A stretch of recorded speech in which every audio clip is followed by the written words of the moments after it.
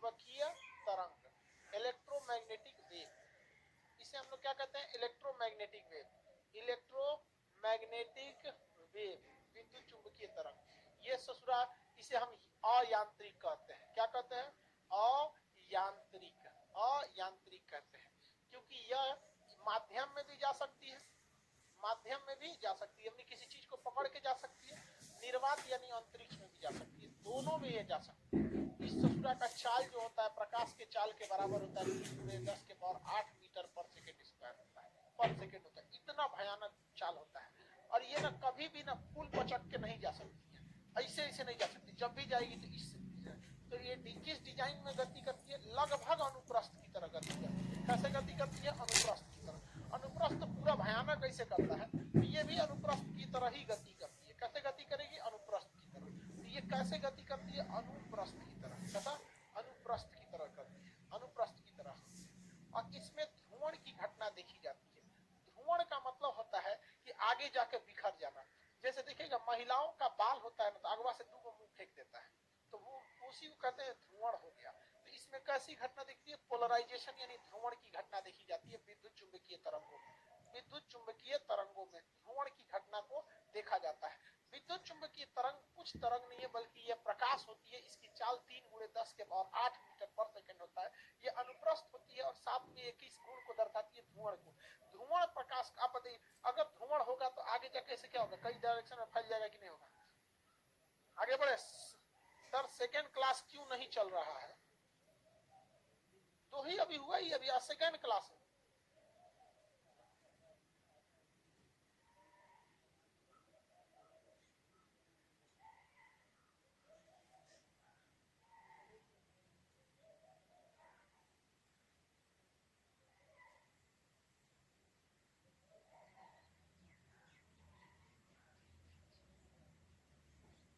आगे बढ़े, फिजिक्स में 2 क्लास, अच्छा हाँ देखिए फिजिक्स देखिए 2-3 चीजें समझिए आप लोग पहले।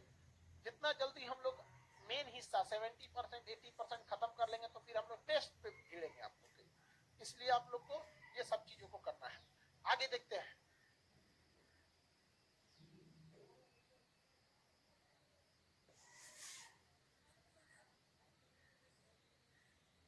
हाँ वो रिकॉर्डेड था, कभी का रिकॉर्डेड नहीं, वही थोड़ा सा लेट आप लोग देखे होंगे तो रिकॉर्डेड लगेगा। अयांत्रिक, यांत्रिक ये सब समझ में आ गया आप लोग को, ध्रुवण हो गया। विद्युत चुंबकीय तरंगों की चाल कितनी होती है, 3 × 10 के पावर 8 होती है, 3 × 10 के पावर 8 होती है विद्युत चुंबकीय तरंगों की चाल। कौन कौन सी तरंगे विद्युत चुंबकीय तरंग होती है, क्या ध्वनि विद्युत चुंबकीय तरंग है, नहीं है। कैथोड किरण है, नहीं है। कैनाल किरण है, नहीं है। ये कॉस्मिक किरण, ये कई टाइप की, अब हम इसको समझते हैं विद्युत चुंबकीय तरंगों को एक ट्रिक के माध्यम से। ट्रिक के माध्यम से क्या समझते हैं हम लोग, समझिए ध्यान से, क्या किस तरह का ट्रिक समझते हैं हम लोग। ट्रिक ये है इसका, इससे एक क्वेश्चन बाबू आपको 110% आएगा। गाय अवीजू इंफ्रा मारे, गाय अवीजू इंफ्रा मारे, इंफ्रा मारे, मेरे साथ बोलिए इसको। इससे एक क्वेश्चन अगर नहीं आया तो ससुरा हम एग्जामिनर से मार कर लेंगे हम। अगर इससे एक क्वेश्चन नहीं आया एग्जामिनर से मार हो जाएगा, समझा गया जी ने। आगे बढ़ जा, फिजिक्स 2 सर पढ़ाएंगे तो तुम्हारे ना अच्छा है रे, प्रैक्टिस भी होते रहेगा साथ साथ, एक जगह प्रैक्टिस थ्योरी दोनों चलेगा। हम भी पढ़ाएंगे सर, प्रैक्टिस भी कराएंगे, जितना जल्दी हो सके। तुम लोग के लिए हम अच्छा सोचते हैं तो तुम लोग को खराब लगता है, अच्छा सोचेंगे तो टाइम ना लगता है रे बकलुलवा। महल बनाने में टाइम लगता है, झोपड़ी बनाने में पहुंच जाता है, 2 खंबा गाड़ो अब तिरपाल टांग दो, हो गया। तो तुम्हारे लिए ना सही रहेगा। आपको total PK sir, Manish sir, Shailendra sir, sir, अब 4-5 टीचर पढ़ाएंगे लोग, इतना जबरदस्त, एगो लड़का के ऊपर। अब तुम लोग को समझ में नहीं आता, हम भी पढ़ाएंगे, हम पढ़ा नहीं रहे हैं, A to Z पढ़ाएंगे। चलो ध्यान से देखो, A to Z मतलब मैथ रीजनिंग हम नहीं ना पढ़ाएंगे। चलो ध्यान से देखो, मेरे साथ बोलते रहो, गाय अभिजू इंफ्रा मारे, 4 बार बोल बाबू मेरे साथ, गाय अभिजू इंफ्रा मारे, गाय अभिजू इंफ्रा मारे, गाय अभिजू इंफ्रा मारे। गाय से हो गया गामा किरण, कौन सा किरण, गामा किरण।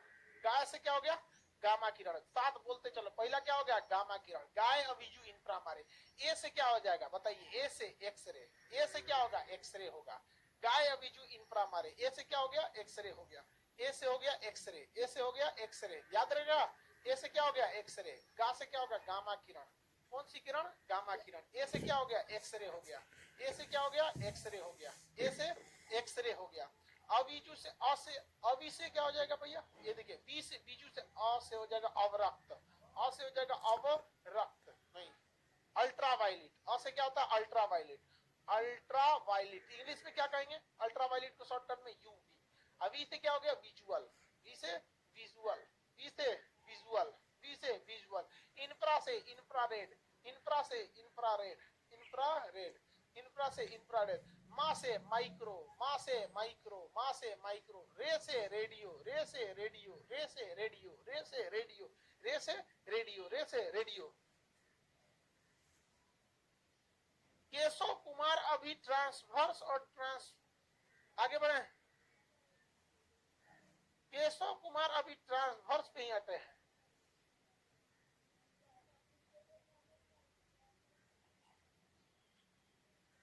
आप पढ़ाते हैं तो नींद लगता है कि भाग जाता है, कर भाग जाता है, हमको लग रहा है नींद लगता है। ये जिस लड़के को याद नहीं होगा, वो लड़का कुल्हाड़ी पर पैर नहीं, कुल्हाड़ी पर कूद जाएगा। समझ आ गया कि नहीं आ गया।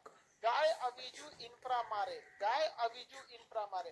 गा से क्या होगा, गामा किरण। ग से गामा किरण। रे से रेडियो वेव, रे से रेडियो वेव। अब एक खासियत समझिए इन इस सीक्वेंस का, इसका बहुत बड़ा मैजिकल ट्रिक है। देखिए, जो भी विद्युत चुंबकीय तरंगे होती हैं, इन्हें एनर्जी कहां से आती है, इनके पास ऊर्जा जो होती है बहुत ज्यादा होती है। इनके पास ऊर्जा क्या होती है, बहुत ही ज्यादा होती है। इनके पास एनर्जी आता कहां है से, इनके एनर्जी के लिए मैक्स प्लैंक ने फॉर्मूला दिया, E बराबर एच म्यू। म्यू का मतलब होता है आवृत्ति, एच का मतलब होता है प्लैंक नियतांक। म्यू मतलब क्या हो गया, आवृत्ति, और एच मतलब प्लैंक कांस्टेंट, प्लैंक नियतांक। म्यू का मतलब क्या हो गया, आवृत्ति हो गया, आवृत्ति। कितने लड़के ये बता सकते हैं कि अगर हम आवृत्ति, इसे म्यू कहते हैं, ऐसे भी को ऐसे टेढ़ कर दीजिएगा तो इसी को म्यू कहा जाता है। तो म्यू, तो बताइए कितने लड़के बता सकते हैं यदि म्यू का वैल्यू बढ़ाएंगे तो ऊर्जा बढ़ेगा कि घटेगा। म्यू की वैल्यू बढ़ाएंगे तो ऊर्जा बढ़ेगा कि घटेगा, जल्दी बताइए।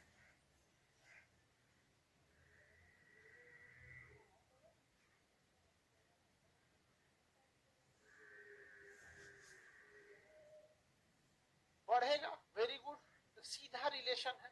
तो विद्युत चुंबकीय तरंगों की जो ऊर्जा होती है, विद्युत चुंबकीय तरंगों की ऊर्जा H जो होती है, ये आवृत्ति म्यू, H बढ़ाने से ऊर्जा बढ़ जाती है, H बढ़ाने से ऊर्जा बढ़ जाती है, सॉरी H कह रहे हैं, आवृत्ति बढ़ाने से ऊर्जा बढ़ जाती है। तो जितने ज्यादा आवृत्ति उतना ज्यादा ऊर्जा, यानी आवृत्ति को अगर आप बढ़ाइएगा, आवृत्ति यानी फ्रीक्वेंसी को बढ़ाइएगा, तो क्या बढ़ जाएगा, ऊर्जा बढ़ जाएगा। और जितना ज्यादा ऊर्जा बढ़ेगा, उसके छेदने की क्षमता यानी भेदन क्षमता वो भी बढ़ जाएगा, भेदन क्षमता बढ़ जाएगा।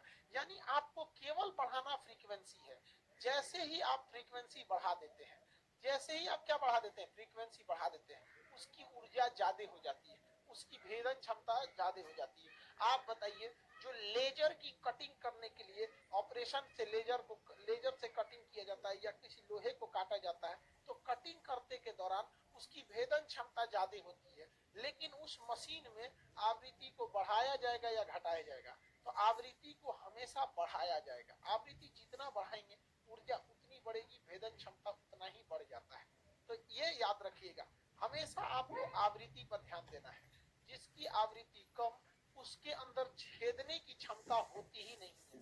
अब इसमें क्या होता है कि इस साइड में जो भी आता है, इसकी आवृत्ति बहुत ही ज्यादा होती है। इस साइड में आवृत्ति क्या होती है, ज्यादा होती है, और इस साइड में आवृत्ति बहुत ही कम होती है। इस साइड में आवृत्ति बहुत ही कम होती है, इस साइड में आवृत्ति क्या होती है, कम होती है, आवृत्ति कम होती है। आप बताइए सबसे ज्यादा भेदन क्षमता गामा का होगा कि रेडियो का, आप आंसर दीजिए। तो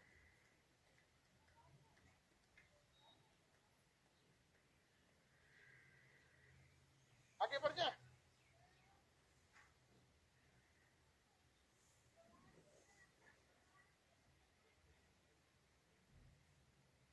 फटाफट बताएंगे।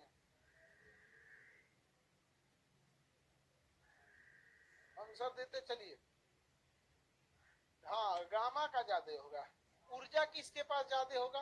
गामा के पास ऊर्जा ज्यादा होगा। भेदन क्षमता यानी भेदने की क्षमता किसके पास ज्यादा होगी?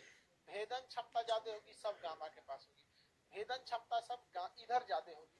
अच्छा ये बताइए, ऑप्शन में अगर गामा नहीं दिया है तो गामा के बाद सबसे ज्यादा छेदने की क्षमता किसके पास होगी?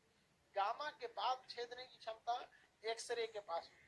अगर एक्सरे नहीं है तो अल्ट्रावायलेट यानी यूवी के पास होगी। यूवी नहीं है तो दृश्य के बाद, उसके बाद एकदम कमजोर होने लगती है इंफ्रा, माइक्रो, रेडियो। हम सब के अगल बगल में रेडियो तरंगे घूम रही है, माइक्रोवेव तरंगे घूम रही है, लेकिन हमें कुछ नहीं होता है। तो इस साइड में जो भी आएगा उसके पास ऊर्जा बढ़ेगी, भेदन क्षमता बढ़ेगी, आवृत्ति बढ़ेगी, भेदन क्षमता बढ़ेगी। ये सारी चीजें क्या होने लगती हैं? बढ़ती है। ये सारी चीजें बढ़ती है और उधर जाने पर घटती है, उधर जाने पर घटती है। अब एक चीज मेरी और सब लोग ध्यान से समझिए, ये बहुत इंपॉर्टेंट चीज है, बहुत ही इंपॉर्टेंट चीज है। क्या है इंपॉर्टेंट चीज? तो यहाँ मेरी और समझिए ध्यान से। हम यहाँ एक तरंग बना रहे हैं ए और यहाँ तरंग बना रहे हैं बी। अब आप इसको ध्यान से देखिएगा, जितने ज्यादा तरंगों की संख्या होती है ना, उसी को हम आवृत्ति कहते हैं। तरंगों की संख्या को क्या कहते हैं? आवृत्ति कहेंगे। तरंगों की संख्या को आवृत्ति कहते हैं। आवृत्ति क्या होती है? तरंगों की संख्या होती है। आवृत्ति तरंगों की संख्या। जबकि ये जो है ये तरंग दैर्घ्य होता है। क्या होता है? तरंग दैर्घ्य होता है। क्या है तरंग दैर्घ्य? तरंग की लंबाई को हम तरंग दैर्घ्य कहते हैं। तरंग की लंबाई को हम वेवलेंथ या तरंग दैर्घ्य कहते हैं। वेवलेंथ या तरंग दैर्घ्य कहते हैं। आप हमें आंसर दीजिए कि किस तरंग में, ए और बी में किस तरंग की फ्रीक्वेंसी ज्यादा थी? किस तरंग की फ्रीक्वेंसी ज्यादा थी?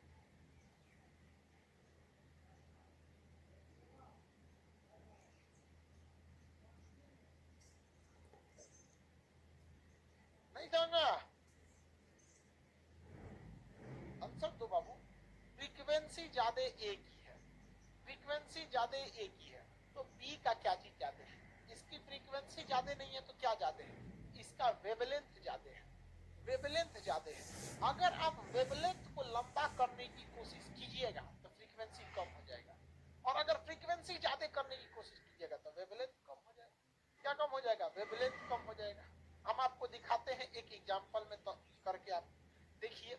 जैसे ये कोई एक वेव है, ये एक वेव है, ये वेव है, इसकी फ्रीक्वेंसी ज्यादा है या कम है? बताओ बाबू, इसकी फ्रीक्वेंसी ज्यादा है या कम है? फ्रीक्वेंसी ज्यादा है या कम है?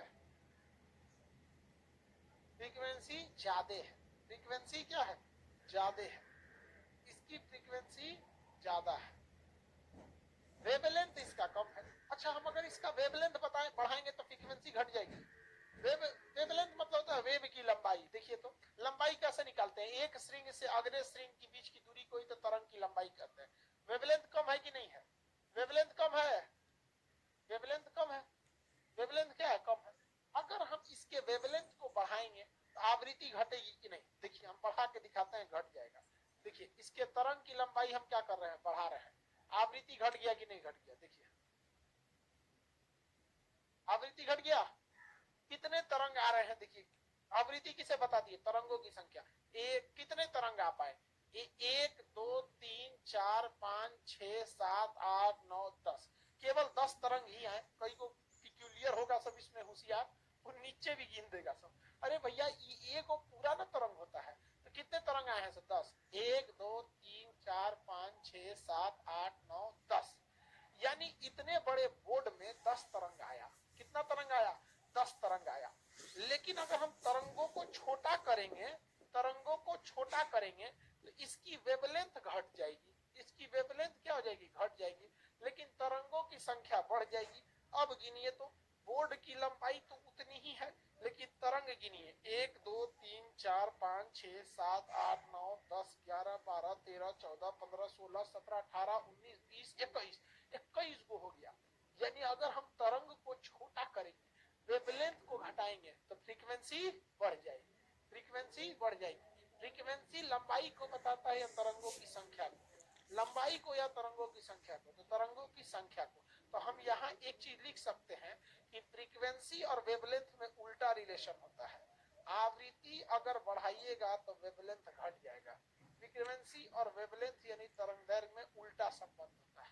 कैसा संबंध होता है? उल्टा संबंध होता है। अगर किसी तरंग की आवृत्ति बहुत ही कम है, आवृत्ति बहुत ही कम है, तो उसका क्या ज्यादा होगा? वेवलेंथ ज्यादा होगा। वेवलेंथ ज्यादा होगा। क्या ज्यादा होगा? वेवलेंथ ज्यादा होगा।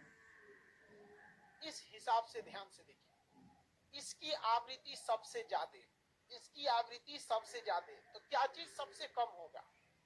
इसकी आवृत्ति ज्यादा है तो क्या चीज सबसे कम होगा? गामा की आवृत्ति सबसे ज्यादा है तो क्या चीज इसका सबसे कम होगा? आंसर दे सकते हैं। यदि गामा की आवृत्ति सबसे ज्यादा है तो सबसे कम क्या होगा? वेरी गुड, सबसे कम होगा इसका वेवलेंथ। सबसे कम होगा इसका वेवलेंथ। तरंग दैर्घ्य सबसे कम क्या होगा? तरंग दैर्घ्य होगा, वेवलेंथ होगा। Very good. तो हम यहाँ ये लिख सकते हैं कि इसका वेवलेंथ जो होता है ये बहुत ही कम होगा। वेवलेंथ इसका बहुत ही कम होगा। अच्छा ये बताइए, अगर यहाँ आवृत्ति कम है तो क्या चीज ज्यादा होगा? आवृत्ति कम है तो क्या चीज ज्यादा होगा? अगर फ्रीक्वेंसी कम है तो क्या चीज ज्यादा होगा? बताओ बाबू, फ्रीक्वेंसी कम है तो क्या चीज ज्यादा होगा? तो आपको पता है कि फ्रीक्वेंसी और वेवलेंथ में उल्टा संबंध, जहां ये ज्यादा होगा वहां ये ससुरा, जहां ये कम वहां ये एकदम ज्यादा हो जाएगा, वहां ये ज्यादा हो जाएगा। आप सब लोग को बेहतरीन ढंग से समझ में आ रहा है। बहुत खुशी की बात है कि गधों को भी फिजिक्स आ गया। वेरी गुड, घबराना नहीं है। आप कितने भी पुराने होंगे, कितना भी पुराना, जंग छोड़ा देंगे हम रगड़ के। समझ में आ गया कि नहीं आ गया? क्योंकि जालिम खान जंग छोड़ाने के लिए है। समझ में आ गया कि नहीं आ गया? कितना भी पुराना गधा हो, कितना भी पुराना जंग लगा हो, जालिम खान उसको रगड़ के छुड़ा देगा। चलिए, आपको बताना होगा कि तरंग दैर्घ्य क्या बताता है। तरंग दैर्घ्य तरंगों की संख्या को बताता है, और वेवलेंथ ये बताता है कि कितना लंबा है, कितना लंबा है। आप एक सवाल बताइए, अगर हमको किसी तरंग को बहुत दूर तक भेजना है, यहाँ से लंदन, दिल्ली, कश्मीर भेजना है, बहुत दूर भेजना है, तो हम उस तरंग की आवृत्ति बढ़ाएंगे कि उस तरंग का तरंग दैर्घ्य बढ़ाएंगे? हम उस तरंग की आवृत्ति बढ़ाएंगे कि उस तरंग का तरंग दैर्घ्य बढ़ाएंगे? हम उस तरंग की आवृत्ति बढ़ाएंगे कि उस तरंग का तरंग दैर्घ्य बढ़ाएंगे? कितने लोग बता सकते हैं? जल्दी जल्दी बताएंगे। हाँ वेरी गुड, एकदम। तब का जंग छोड़ा देंगे हम रगड़ के, तब का जंग छोड़ा देंगे रगड़ के। उसकी हम फ्रीक्वेंसी नहीं बढ़ाएंगे बल्कि उसकी आवृत्ति बढ़ाएंगे। तो देखिए, सबसे दूर तक इसमें कौन सी तरंग जा सकती है, तो हम उसकी आवृत्ति नहीं तरंग दैर्घ्य बढ़ाएंगे। सबसे ज्यादा तरंग दैर्घ्य जो होता है वो रेडियो का होता है। सबसे ज्यादा तरंग दैर्घ्य रेडियो तरंगों का होता है, इसलिए सबसे दूर तक जाती है रेडियो तरंग। इसीलिए दूर उड़ रहे हवाई जहाज का पता लगाने के लिए रडार के अंदर रेडियो तरंगों का यूज किया जाता है। किसी दूर खड़े रेडियो को बजाने के लिए रेडियो वेव का यूज किया जाता है। बहुत दूर गमन करने के लिए रेडियो वेव किया जाता है। लेकिन बाबू एक बात यहाँ हो गई गड़बड़। गड़बड़ ये कि इसका वेवलेंथ तो ज्यादा है लेकिन आवृत्ति कम है। आवृत्ति कम होगी तो ऊर्जा ऑटोमेटिक कम हो जाएगा। आपको पता है, आवृत्ति जहां कम हो गई तो ऊर्जा ऑटोमेटिक कम होगा, और ऊर्जा कम हो गया तो भेदन क्षमता कम हो जाएगा। तो रेडियो में क्या भेदने की क्षमता होती है? नहीं, रेडियो के अंदर भेदने की क्षमता नहीं होती है। तो रेडियो तरंगे दूर तक जा सकती हैं लेकिन भेद नहीं सकती है, किसी चीज में छेद नहीं कर सकती है। लेकिन इसका उल्टा अगर देखिएगा तो इस ससुरा गामा तरंगों की आवृत्ति सबसे ज्यादा होती है, इसलिए ऊर्जा सबसे ज्यादा होता है, इसलिए भेदन क्षमता सबसे ज्यादा होती है। एकदम कचकचा के शरीर को छेद देती है, किसी भी चीज को छेद सकती है। लेकिन क्या ये दूर तक जा सकती है? अपने मन से बताइए, क्या ये दूर तक जा सकती है? गामा किरणों दूर तक नहीं जा सकती। भगवान कितना होशियार था, गामा किरणों को छेदने की क्षमता दिया तो दूर तक जाने की क्षमता ही नहीं दिया। पासे के आदमी को छेद, और रेडियो तरंगों को कहा तुम दूर तक जा सकते हो, तो तुम छेद ही नहीं सकते हो। बताइए, भगवान होशियार की बकलोल। आंसर दीजिए, आंसर दीजिए। कितने लोगों को लगता है कि भगवान होशियार? भगवान बताओ, तेज दिमाग का नहीं। कितने लोग को लगता है? नहीं समझ में आया?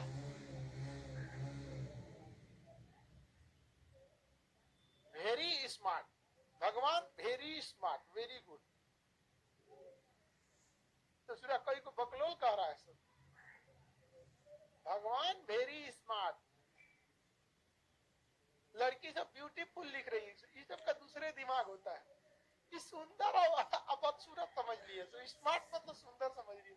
लड़की सब का दिमाग पता नहीं कहाँ होता है, ये सबको भगवान नहीं बनाएगा। आगे देखते हैं, बहुत होशियार थे भगवान जी। यही वजह है कि यदि आपके अंदर बहुत ज्यादा अहंकार हो जाएगा, बहुत ज्यादा गुस्सा हो जाएगा, बहुत ज्यादा लड़ाकू होंगे, तो आपको भगवान आवृत्ति तो दे दिया, आपको गामा किरण की श्रेणी में डाल देगा, आप बहुत दूर तक नहीं जा सकते हैं। लेकिन यदि आप अपने गुस्सा को त्याग देंगे, अपनी आवृत्ति को त्याग देंगे, अपनी ऊर्जा को त्याग देंगे, अपनी भेदन क्षमता को त्याग देंगे, अपनी गुस्से को त्याग देंगे, अपने मार धार वाले चरित्र को त्याग देंगे, तो भगवान आपको रेडियो तरंग की श्रेणी में डाल देगा और बहुत दूर तक जा सकते हैं, क्योंकि भगवान आपका वेवलेंथ बढ़ा देगा। इसलिए जितने लोग आगे गए हैं वो ज्यादा गुस्सा नहीं करते हैं, ज्यादा गाली गलौज नहीं करते हैं, क्योंकि उनका आवृत्ति कम होता है और तरंग दैर्घ्य ज्यादा होता है। समझ आ गया कि नहीं आ गया? आप सब लोग को समझ में आ रहा होगा।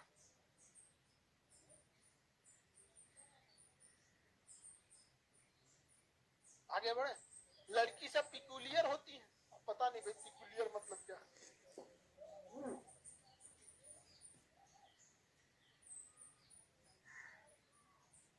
चलो अब आगे देखते हैं। बताइए, शरीर में, अब एक एक करके हम लोग पढ़ना चालू करते हैं। शरीर में सबसे गहराई तक कौन जा सकती है? शरीर में सबसे गहराई तक कौन जा सकती है? आंसर दीजिए। शरीर में सबसे गहराई तक जाएगी, शरीर में सबसे ज्यादा गहराई तक, शरीर में सबसे ज्यादा गहराई तक जाएगी, सबसे गहराई शरीर में गहराई तक जाएगी, गहराई तक पूरा छेद देगी। कौन सी? गामा किरण। इसीलिए कैंसर का इलाज किससे करते हैं? कैंसर का इलाज किससे करते हैं? गामा किरण से। लेकिन कैंसर का इलाज गामा किरण से करते हैं। ये शरीर में सबसे ज्यादा जाती है। अब क्यों जाती है भैया? क्योंकि इसकी भेदन क्षमता सबसे ज्यादा, सर्वाधिक भेदन क्षमता गामा की। तो शरीर में सबसे गहराई तक गामा, गामा जाके क्या करता है भैया? कैंसर का इलाज कर देता है। गामा किरण जो होती है कीड़े मकोड़ों को मार देती है, कीट को क्या करती है? मार देती है। अतः कीट को मारने के लिए राशन के गोदाम में, जो गोदाम होता है, गोदाम, उसमें कौन सी लाइट लगा दी जाती है?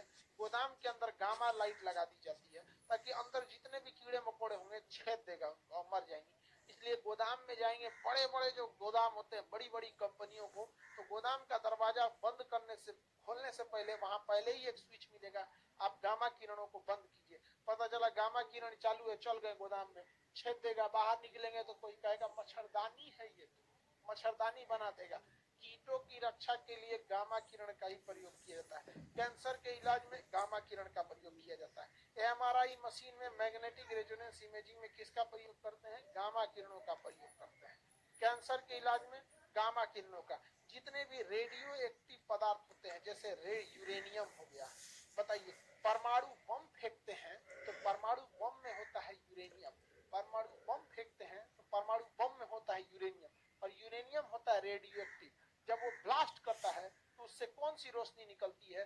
गामा रेज निकलती है, और दूर दूर तक गामा रेज किसी को भी छेद देती है, दूर दूर तक गामा रेज किसी को भी छेद देती है। इसका मतलब परमाणु बम खतरनाक नहीं होता है। यकीन मानिए, परमाणु बम खतरनाक नहीं होता है। परमाणु बम के फटने के बाद उससे निकलने वाला गामा किरण ज्यादा खतरनाक होता है। परमाणु बम खतरनाक नहीं होता है। हड्डी का इमेज गामा किरण नहीं ले सकती, हाँ नहीं ले सकती, क्योंकि छेद के उस पार चल जाती है। इमेज लेने के लिए टकरा के आना पड़ेगा ना। और किसी के छाती का लेना है एक्स गामा किरण से, तो छेद के चल जाएगा उस पार। हड्डी का इमेज कैसे लेगा? छेद के चल जाता है। आगे बढ़े। एमआरआई क्या होती है? अंदर तक जांच करने के लिए होती है। एमआरआई मशीन होता है, जब कभी आपके पूरे बॉडी में कहीं ऐसी बीमारी छुपी है जिसका पता नहीं चल पा रहा है, तो डॉक्टर बहुत कम पावर का गामा किरण डालता है, बहुत ही कम पावर का गामा किरण डालेगा ताकि अंदर जाके छुपी हुई बीमारी का पता लगा के आ सके, छुपी हुई बीमारी का पता लगा के आ सके। किसी को कोई दिक्कत नहीं है, छुपी हुई बीमारी का पता लगा के आ सके। समझ में आ गया कि नहीं? शरीर में बहुत गहराई तक कैंसर के इलाज के लिए कीटे के गुदाम में, एमआरआई मशीन में, वेब में। आगे बढ़ जाते हैं। अभी तो बताएं बाबू, इलेक्ट्रोमैग्नेटिक वेव जो होता है वो लॉन्गिट्यूडनल होता है, अनुप्रस्थ होता है। अभी तो बता रहे हैं ये क्या है, अनुप्रस्थ, लॉन्गिट्यूडनल होता है, लॉन्गिट्यूडनल लॉन्गिट्यूडनल होता है। अभी तो बताएं बाबू, अनुप्रस्थ होता है, उसमें पोलराइजेशन यानी ध्रुवण की घटना देखी जाती है। बताइए तो कीड़ों से रक्षा करने के लिए गोदाम में किसका प्रयोग करते हैं? किसका प्रयोग करते हैं? गामा रेज का। शरीर में अंदर तक जा सकता है गामा रेज। किस मशीन द्वारा जाता है? एमआरआई मशीन द्वारा। किस चीज का इलाज कर देता है? कैंसर का इलाज कर देता है। अब रेडियोएक्टिव पदार्थों से क्या निकलता है? गामा रेज निकलता है। बहुत ही खतरनाक होता है गामा किरण। गामा किरण जो है बहुत ही खतरनाक होता है। गामा किरण के आगे किसी के बाप की नहीं चलती है। किसी को कोई दिक्कत है गामा किरणों से? इसकी खोज हेनरी बैकुरल ने किया था। जब वो रेडियो एक्टिविटी की खोज कर रहा था तो इसकी खोज हेनरी बैकुरल ने किया। किसने किया? हेनरी बैकुरल ने किया था गामा रेज की खोज। हेनरी बैकुरल ने किया था गामा रेज की खोज। समझ में आ गया कि नहीं आ गया? गामा किरणों की खोज किसने किया? हेनरी बैकुरल ने किया। गामा किरणों की खोज किसने किया? हेनरी बैकुरल ने किया था। गामा किरणों की खोज किसने किया? हेनरी बैकुरल ने किया।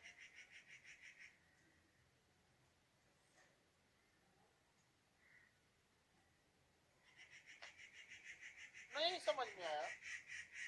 क्या बात करते हो बाबू? अब आप बात समझिए। रेलवे के आप टारगेट बैच में पढ़ रहे हैं, कोई फाउंडेशन बैच में थोड़ी पढ़ रहे हैं कि आपको ABCD भी आदमी पढ़ाएगा आपको। आप आइए सुबह 8 बजे फाउंडेशन फिजिक्स चलता है। जिनका ज्यादा कमजोर है वो 8 बजे वाले फिजिक्स फाउंडेशन में एडमिशन ले लें। जिनका एकदम कमजोर है फिजिक्स, उन लड़कों के लिए ठीक है, उसमें एकदम बाबू की तरह नहीं पढ़ाता है, क्योंकि उसमें बच्चों का फिजिक्स एकदम ही कमजोर होता है, एकदम घोंचू टाइप का जो रहता है उसमें पढ़ता है, एकदम कमजोर। अब हम देखते हैं एक्सरे के बारे में। किसके बारे में? एक्सरे के बारे में। एक्सरे की खोज किसने किया था? रोंटजन। अभी एग्जाम हुआ है दरोगा का, उसमें पूछा था एक्सरे की खोज किसने किया था? रोंटजन। किसने किया? रोंटजन ने किया था एक्सरे। एक्सरे जो थी ये बहुत ही जबरदस्त चीज होती है एक्सरे। इसका नामकरण इसके वैज्ञानिक रोमजन ने किया तो मिल ही नहीं रहा था, तो उसका नाम एक्स रख दिया। कैसे हम लोग को फिजिक्स या मैथ में कुछ मानना रहता तो ABCD कुछ मान लेते, माना A है, माना X है, तो क्या मान लिया? X मान लिया। क्या मान लिया? X मान लिया।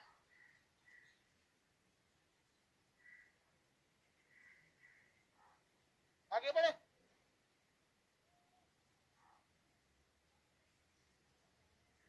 आगे बढ़ते हैं, देखो ध्यान से। रोंटजन ने खोज किया था।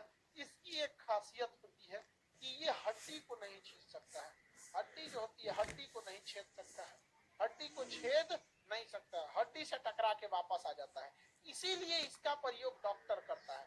डॉक्टर क्यों करता है कि अगर हड्डी टेढ़ी नहीं, अगर हड्डी ठीक ठाक है तो सारी की सारी किरणें टकरा के वापस आ जाएंगी, और अगर हड्डी टूटी हुई है, हड्डी टूटी हुई है तो कुछ किरणें लौट कर नहीं आएंगी, लौट के नहीं आएंगी तो वहां अंधेरा दिखने लगेगा। इसलिए इसका प्रयोग डॉक्टर करता है एक्सरे के लिए, हड्डियों के लिए। हड्डी को ये छेद के नहीं जा सकती, और अगर हड्डी से टकरा के ये वापस आ जाती है, हड्डी से टकरा के वापस आ जाती है। यही वजह है कि एक्सरे में इंसान हड्डियों को पता लगा देता है कि हड्डी टूटी है या नहीं है। ये दांत को भी नहीं छेद के निकल सकती है, दांत को भी नहीं छेद के निकल सकती है। अतः दांत में भी अगर कहीं हल्का सा सुराख या छेद वगैरह है तो उसे भी डॉक्टर पता लगा लेता है। ये किसी भी हीरा को छेद के नहीं निकल सकती है। इसलिए हीरे में कहीं दरार है तो उसमें एक्सरे लगाएंगे। अगर टोटल लौट के चला आया मतलब दरार नहीं है, और कहीं भी दरार है तो उसी में एक्सरे जाके छूट जाएगा। तो हीरे में को नहीं छेद सकती है, किसी भी ज्वेलरी यानी रत्न को ये नहीं छेद सकती है, एक्सरे नहीं छेद सकती। इसलिए रत्न में, हीरो में, दांत में, हड्डी में यदि दरार आई है तो इसका पता कौन लगाता है? एक्सरे लगाता है। कौन लगाता है? एक्सरे लगाता है। हड्डी, दांत, इस सब में कौन लगाता है? एक्सरे।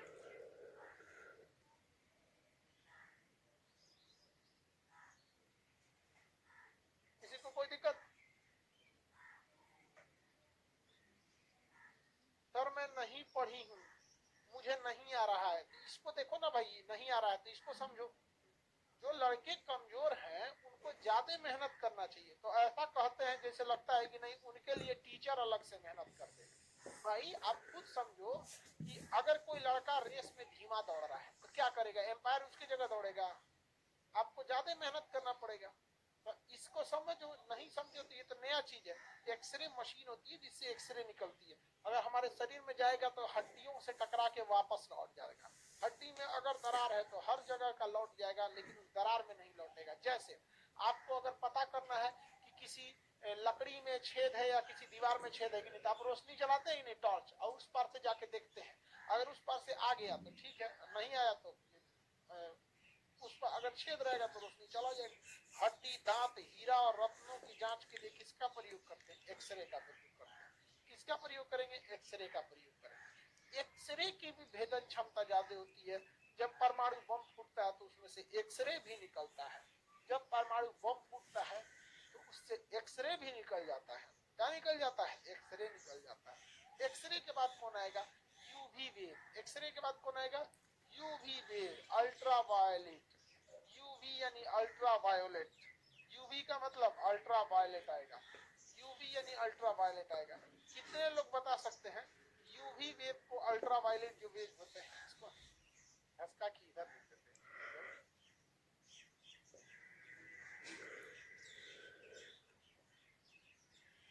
यूवी वेव को हम क्या कहते हैं? Ultra violet. Ultra violet, Hindi में पराबैंगनिक, पराबैंगनिक कहते हैं। बता सकते हैं कि पराबैंगनिक किरणें किस चीज को साफ कर सकती हैं? ये जल को साफ कर सकती है। जल को क्या कर सकती हैं? शोधन कर सकती है, साफ कर सकती है। जल शोधन के लिए आरओ मशीन में इसका प्रयोग किया जाता है। जल शोधन के लिए आरओ मशीन में इसका प्रयोग किया जाता है। ये हमारी पराबैंगनिक किरणें कैंसर को जन्म देती हैं। ये कैंसर को ठीक नहीं करती हैं। लड़का क्वेश्चन में पागल हो जाता है, कहेगा किसके कारण कैंसर होता है? तो होना चाहिए अल्ट्रा वायलेट के कारण, तो मार देता है गामा किरण। अरे भैया गामा किरण तो कैंसर को ठीक करता है। गामा किरण तो कैंसर को ठीक करता है। ये कैंसर उत्पन्न कर सकती है। इसको रक्षा करने के लिए हमारे आकाश में क्या है? ओजोन परत। क्या है? ओजोन परत है। ओजोन परत किस मंडल में है? तो हवा के समताप मंडल में है। किस मंडल में है? समताप मंडल में है। तो जल शोधन के लिए किसका प्रयोग होती है? तो जल शोधन के लिए अल्ट्रा वायलेट का प्रयोग होता है। जल शोधन के लिए अल्ट्रा वायलेट का प्रयोग होता है। जल शोधन के लिए अल्ट्रा वायलेट, ये ससुरा कैंसर उत्पन्न कर देता है। अतः इससे बचने के लिए हवा में क्या चीज है? ओजोन है। लेकिन हम आदमी लोगों ने इतना प्रदूषण कर दिया कि ओजोने छेद दी है। अब बताओ, ओजोन छेद देंगे तो दिक्कत होगा ना? समझ में आ गया कि नहीं आ गया? Ultra violet, ultra violet. Sir UV की खोज देखो, इसमें आपको बस 3 चीज की खोज पूछेगा। गामा की खोज हेनरी बेकुरल, रेडियो की खोज रोंटगन और एक्सरे की खोज रोंटगन और रेडियो की खोज मार्कोनी ने। बस इसके बाद